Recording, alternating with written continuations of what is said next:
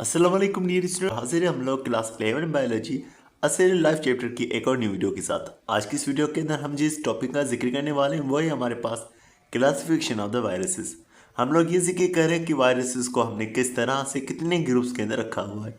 सबसे पहले वायरसेस की बात यहाँ पर बयान की जा रही है कि जो वायरसेस होते हैं वो हमारे पास ऑब्लिगेट पैरासाइट होते हैं, मतलब ये ऐसे जानदार होते हैं जो कि पैरासाइट की कैटेगरी में है लेकिन ऑब्लिगेट है, मतलब कि ये अपने होस्ट के बगैर जिंदा नहीं रह सकते। तो इन्हें जिंदा रहने के लिए लाजमी अपने होस्ट की रिक्वायरमेंट होती है। अगर हम इनकी क्लासिफिकेशन की बात करें, हमने इन्हें इस होस्ट के हिसाब से भी डिवाइड किया हुआ है कि ये किसके अंदर हमलावर होते हैं। उसके अलावा हमने इन्हें शेप के हिसाब से भी डिवाइड किया हुआ है कि वो शक्ल में किस तरह से होते हैं, और उनमें जेनेटिक मटेरियल डीएनए या आरएनए किस तरह से है, तो उस हिसाब से भी हमने इनको डिवाइड किया हुआ है। सबसे पहले अगर हम होस्ट के हिसाब से बात करते हैं तो होस्ट के हिसाब से हमारे पास तीन ग्रुप्स बेसिकली बन जाएंगे। एक होंगे फाइटोफेजेस, वो जो कि प्लांट्स को नुकसान पहुंचाएं। यहाँ पर फाइटो जो लफ्ज़ है वो प्लांट के लिए ज़ाहिर किया जा रहा है, और फेज का मतलब होता है खाने वाला, नुकसान पहुंचाने वाला। तो फाइटोफेज यानी कि प्लांट्स को नुकसान पहुंचाने वाले। अगर हम बात करेंगे फाइटोफेजेस के हवाले से 2000 से भी ज़्यादा किस्में हैं, और नॉर्मली इनके अंदर आरएनए जो है वो उनके जेनेटिक मटीरियल में मौजूद होगा। इनकी शक्ल के वजह से लिखा हुआ है कि ये रोड शेप के होते हैं यूजुअली, तो रोड शेप के भी हो सकते हैं और भी शक्लों के ये मौजूद हो सकते हैं। एग्जाम्पल लिखी हुई है TMV, टोबैको मोसेक वायरस, और दूसरा लिखा हुआ है कलीफ्लावर मोसेक वायरस। एक जो कि कलीफ्लावर के अंदर दाग कर रहा है और दूसरा जो है टोबैको प्लांट में दाग कर रहा है। फिर हम बात करते हैं जूफेजिस के हवाले से, जो कि एनिमल को नुकसान पहुंचा रहे वाले।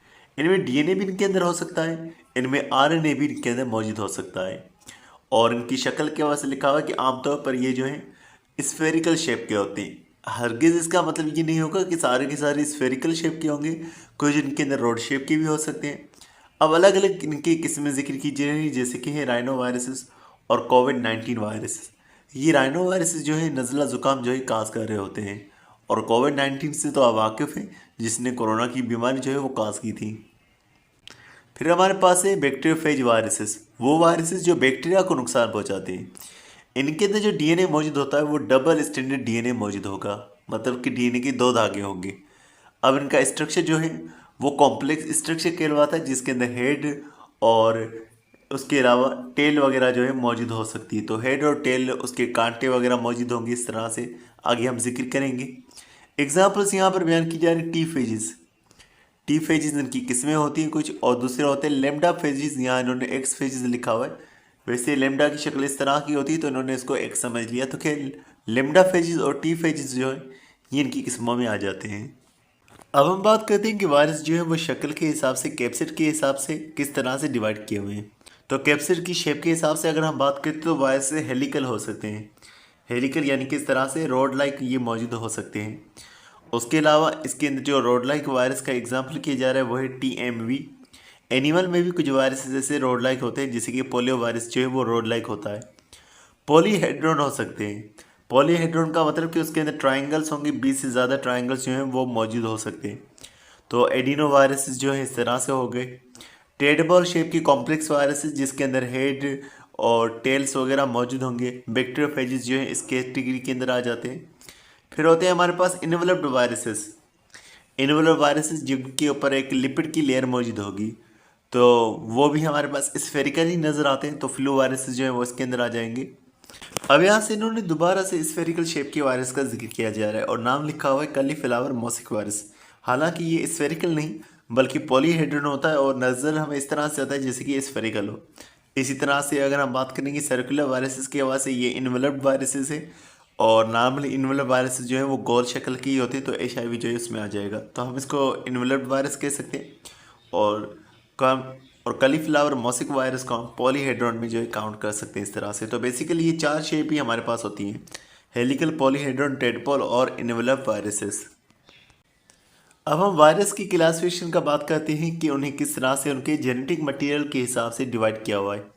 जैसे कि हमने कहा कि वायरसेस के स्ट्रक्चर्स अलग अलग होते हैं, कैप्सिड का स्ट्रक्चर अलग अलग होता है, इस तरह से उनके अंदर का स्ट्रक्चर जो है वो भी अलग होता है, मतलब कि उनके अंदर जो मटेरियल पाया जा रहा है वो भी मुख्तलिफ हो सकता है।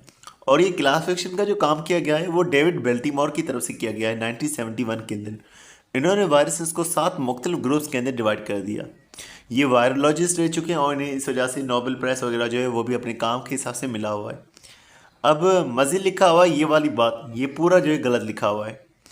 इसमें सिर्फ एक बात सही है और वो ये है कि इवोल्यूशन को लाजमी वारिसेस के हवाले से डिस्कस किया जाता है। बाकी जो लिखी हुई बात कि 2018-19 के अंदर मल्टीमोर क्लासिफिकेशन को मॉडिफाई किया गया है, ऐसा नहीं है। जो मल्टीमोर क्लासिफिकेशन पहले यूज़ की जा रही थी वैसे ही यूज़ की जा रही है। हाँ, लेकिन जब भी वायरसेस को देखा जाता है हम लोग ये ज़रूर देखते हैं कि कौन से वायरस जो है एक जैसे होंगे, कौन से वायरसेस जो हैं वो कॉमन एंसेस्टर्स में से आए होंगे। नीचे वाली क्लासिफिकेशन लिखा हुआ है कि ये मॉडिफाइड क्लासिफिकेशन के हिसाब से दी गई है, हालांकि ये वैसी ही है जैसे कि आमतौर पर बयान होती है डेविड बेल्टीमोर की क्लासिफिकेशन। जैसे कि हमने कहा कि 7 ग्रुप्स हैं, 7 ग्रुप्स के अंदर हमारे पास किस तरह से सबसे पहला ग्रुप है डीएनए वायरसेस का। डीएनए वायरसेस के 2 ग्रुप्स आ जाते हैं हमारे पास। तो इनके अंदर जो डीएनए होगा वो इनका जेनेटिक मटेरियल होगा। अब डीएनए अगर डबल स्टैंडर्ड डीएनए है, 2 धागों वाला डीएनए है तो डबल स्टैंडर्ड डीएनए वायरसेस, लेकिन अगर एक धागे वाला डीएनए है तो सिंगल स्टैंडर्ड डीएनए वायरसेस। अब इनके बारे में अगर हम बात करते हैं डबल स्टैंडर्ड डीएनए वायरसेस के हवाले से, तो जब इनका डबल स्टैंडर्ड डीएनए मौजूद है ये बआसानी मैसेंजर आरएनए बना सकता है। होगा क्या कि ये डीएनए का धागा जो है अलग होगा, मैसेंजर आरएनए इनमें से बन जाएगा। तो इस तरह से ये होस्ट के अंदर जा कर के होस्ट के एंजाइम्स का इस्तेमाल करके, होस्ट के सेल का इस्तेमाल करके ये अपना जो है मैसेंजर आरएनए बनाते हैं और फिर इनका मैसेंजर आरएनए जो होगा वो फिर प्रोटीन बनाने का काम करेगा। बात यहाँ पर बयान की जा रही है कि इनमें से कुछ किस्में जो हैं वो कैंसर भी काज कर सकती हैं, जैसे कि हमारे पास लिखा हुआ है हर्ब्स वायरसेस। हर्ब्स वायरसेस दाने वगैरह काज करेंगे, वो आगे कैंसर में तब्दील हो सकते हैं। और मज़ीद लिखा हुआ है कि ये जो डबल स्टैंडर्ड डीएनए वायरसेस ये प्लांट को नुकसान नहीं पहुंचाते। दूसरे हमारे पास मौजूद है सिंगल स्टैंडर्ड डीएनए वायरसेस, जिसमें डीएनए का एक धागा मौजूद होगा। तो ये जो है मैसेंजर आरएनए बनाने से पहले ये अपने आप को डबल स्टैंडर्ड कर लेते हैं। होस्ट के अंदर जाकर के सेल में दाखिल होकर के ये एक धागे में से 2 धागे वाला बन जाते हैं और फिर बाद में ये अपना जो है मैसेंजर आरएनए बनाते हैं। तो मैसेंजर आरएनए बनाएंगे और मैसेंजर आरएनए जो है फिर प्रोटीन बनाएगा, फिर दोबारा से ये जो है एक एक धागा इनका अलग अलग हो जाएगा, यानी कि ये डिवाइड हो जाएंगे। तो नई नस्ल के अंदर दोबारा से एक धागा इनका देखने को मिलेगा। एग्जाम्पल लिखा हुआ है पार्वो वायरसेस। ये पार्वो वायरसेस जो है इंसानों के अलावा बाकी जानवरों के अंदर भी बीमारियां काज कर सकते हैं। मिसाल के तौर पर अगर हम बात करें बच्चों के अंदर जो है रेशेस वगैरह ये काज कर रहे होते हैं, डायरिया वगैरह बाकी एनिमल्स में काज कर रहे होते हैं, इम्यून सिस्टम वगैरह को वीक कर रहे होते हैं। तो ये हमारे पास हो गए 2 groups, double standard DNA viruses और सिंगल स्टैंडर्ड डीएनए वायरसेस। अब हम बात करते हैं आरएनए वायरसेस के हवाले से, जिनके अंदर आरएनए मौजूद होगा। अब आरएनए वायरसेस हमारे पास फिर कुछ किस्में आ गई इनकी, जैसे कि हो गया डबल स्टैंडर्ड आरएनए वायरसेस, यानी कि इनके अंदर जो आरएनए मौजूद होगा वो इनका 2 धागों वाला आरएनए मौजूद होगा। तो डबल स्टैंडर्ड आरएनए इनके जेनेटिक मटेरियल के तौर पर मौजूद होगा। अब जब ये अपने आप को होस्ट सेल के अंदर दाखिल करते हैं तो फिर अपने 2 धागों में से ये सिंगल स्टैंडर्ड जो है मैसेंजर आरएनए बनाते हैं, सेल का इस्तेमाल करते हुए, सेल के एंजाइम्स का इस्तेमाल करते हुए।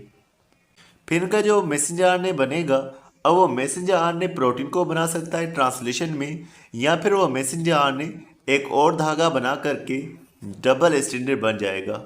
तो इस तरह से इनका डबल स्टैंडर्ड जो है वो आरएनए दोबारा से हमें नई नस्ल के अंदर हमें देखने को मिलेगा। अब इसकी एग्जांपल्स जो है वो है रियो वायरसेस।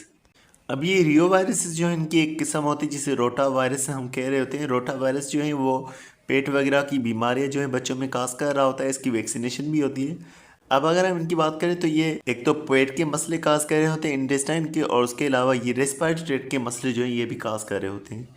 और मज़ीद फिर आप बात करते हैं एक और किस्म के वायरस से, वो है positive sense single standard RNA viruses, यानी कि इनके अंदर आरएनए का जो धागा होगा वो एक सिंगल धागा मौजूद होगा।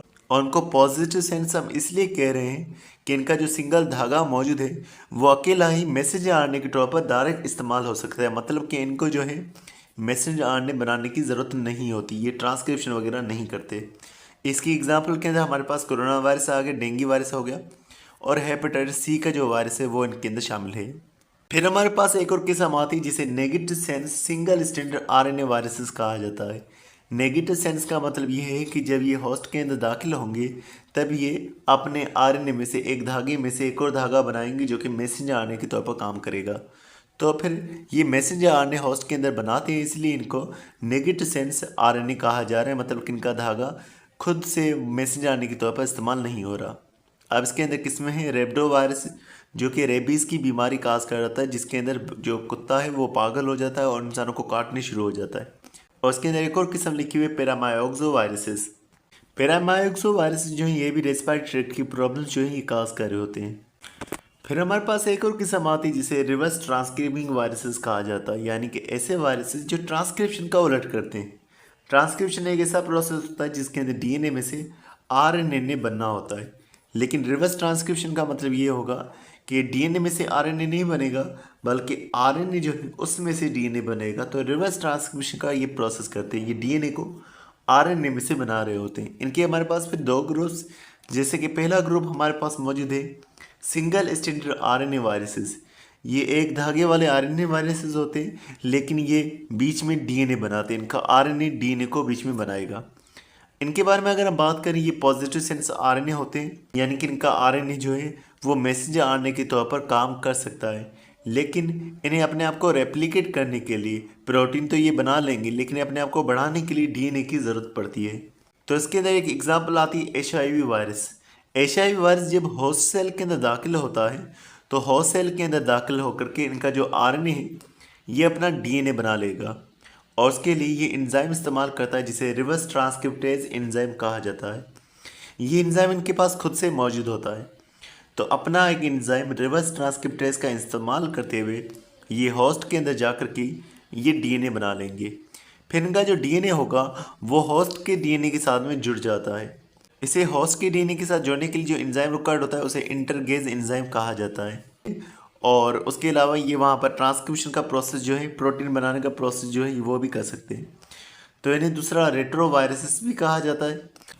यहाँ आपको नज़र आ रहा है कि इसके ऊपर एक इनवेलप भी मौजूद है। उसके अलावा ये इसका कैप्सिड हो गया, जो आरएनए इसके पास मौजूद है, एक ये धागा हो गया आरएनए का, दूसरा ये धागा हो गया। तो सिंगल स्ट्रैंडेड आरएनए वायरस ये होता है। फिर हम बात करते हैं डबल स्ट्रैंडेड डीएनए वायरसेस के हवाले से, जिनके अंदर आरएनए जो है वो बीच में बनेगा। अब इनके हवाले से अगर हम बात करते हैं तो इनका जो जेनेटिक मटेरियल वो तो डीएनए, और डीएनए जो है वो आरएनए को बनाएगा जब इनको रेप्लिकेशन करनी होगी। मतलब कि ये डायरेक्टली अपने डीएनए में से दूसरा डीएनए का धागा नहीं बना सकते, तो इन्होंने अपने आप को बढ़ने के लिए लाजमी बीच में आरएनए बनाना होगा। मैसेंजर आरएनए बनाएंगे, वो उनका प्रोटीन वगैरह का भी काम करेगा, ट्रांसक्रिप्शन का भी काम करेगा, और फिर जो मैसेंजर आरएनए होगा वो दोबारा से कन्वर्ट हो सकता है डीएनए के अंदर। तो इस तरह से ये डीएनए में से आरएनए बनाते हैं, और आरएनए फिर दोबारा से डीएनए को बनाएगा, दोबारा से रिवर्स ट्रांसक्रिप्शन इनको देखने को मिलेगी। इसके अंदर एग्जाम्पल हमारे पास जो है वो हेपेटाइटिस बी के वायरसेस हैं, जो कि लिवर को नुकसान पहुंचाते हैं। अब मज़ीद लिखा हुआ है कि जीनोम क्लासिफिकेशन के अलावा वायरसेस को जो है होस्ट के हिसाब से डिवाइड किया हुआ है, जैसे कि हमने जिक्र किया। पैरासिटिक रिलेशनशिप के हिसाब से जिक्र किया गया है, जैसे कि बैक्टीरियोफेजेस हैं वो सिर्फ बैक्टीरिया को नुकसान पहुंचाएंगे, फाइटोफेजेस वो सिर्फ प्लांट्स को नुकसान पहुंचाएंगे, और जूफेजेस सिर्फ जो है एनिमल्स को नुकसान पहुंचाएंगी। तो ये पैरासिटिक नेचर के हिसाब से स्पेसिफिक होते हैं कि प्लांट वाले वायरसेस एनिमल्स को नुकसान नहीं पहुंचा रहे होते। तो डियर स्टूडेंट्स, आज की वीडियो बस इतना ही था। उम्मीद करता हूँ ये वीडियो आपको पसंद आएगा। इंशाल्लाह मिलते हैं नेक्स्ट वीडियो में, तब तक आप बहुत सारा ख्याल रखिएगा। अस्सलाम वालेकुम।